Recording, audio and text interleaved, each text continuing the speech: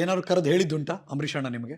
Use ಮಾಡ್ಕೊಳ್ಳೋ ಇಷ್ಟೇ ಅವ್ರು ಬೈತಾ ಇದ್ದೀನಿ ನನ್ನ ಮಗನೇ, ಬತ್ತೀಯ ಯಾವನ್ಗ ಕೆಲಸ ಅಂತ ಹಿಂಗೆ ಬರ್ತಾನೆ ಹೋಯ್ತಾನೆ ನನ್ನ ಮಗ ಅಷ್ಟೇ ಅಂತ ಬೈಯೋರು ನನಗೆ ಎಲ್ಲರೂ ಮುಂದೆ. ನಾನು ಇನ್ನೇನು ಬರ್ಬೇಕು ನಿನಗೆ ಅಂತ ನಾನು ಹಿಂಗೆ ಹೋಗು ಬಾ ಅಂತಾನೆ ಮಾತಾಡೋದು ಅಂಬರೀಷ್. ಹೌದಾ? ನಾನು ಹಂಗೆ ಮಾತಾಡೋದು, ಏಕವಚನದಲ್ಲಿ ಮಾತಾಡೋದ ನೀವು ಇಬ್ರು? ಏನು ಹೋಗು ಬಾ ಅಂತ, ಹಾ, ಆ ಥರ. ಓಕೆ, ಹಂಗೆ. ಏನಣ್ಣ ಹೋಗೋಣ ಬಾ ಹಾ, ಆ ಓಕೆ. ಥರ ಹಾ, ಮಾತಾಡೋದು. ಓಕೆ. ಇನ್ನೇನಕ್ಕೆ ಬರ್ಬೇಕು ನಾನು, ಇನ್ನೇನು ಎಲ್ಲ ನಿನ್ನಿಂದ ಏನು ಆರಾಮಿದೆ ಅಂತಾರೆ ಇದ್ರೆ ಬರ್ತೀನಿ ಬಿಡು ಅಂತ ಹಂಗೆ ಹಾ, ಮಾತಾಡ್ತಾರೆ. ಓಕೆ. ಬಾಕ್ ನನ್ನ ಮನೆ ಅಂತ ಬೈಯೋರು.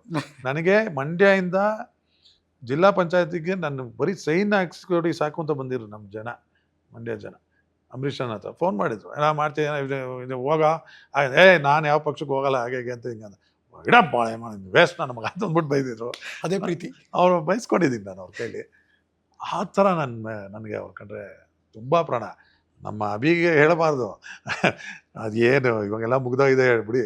ಕಾಲೇಜಲ್ಲಿ ಅವ್ನಿಗೆ ನಾನೇ ಲೆಕ್ಚರು, ಅಂದರೆ ಅಂಬರೀಷಣ್ಣ ನಾನೇ ಚಕ್ಕರ್ ಹಾಕ್ಬಿಡೋನು. ಒಂದೊಂದು ದಿನ 2 ದಿನ, 2-3 ಸಲ ಆಗಿದೆ ಅಷ್ಟೇ. ಕಾನಿಷ್ಕ ಅಂತ ಲೆಕ್ಚರ್ ಅವರು ಪಾಪ.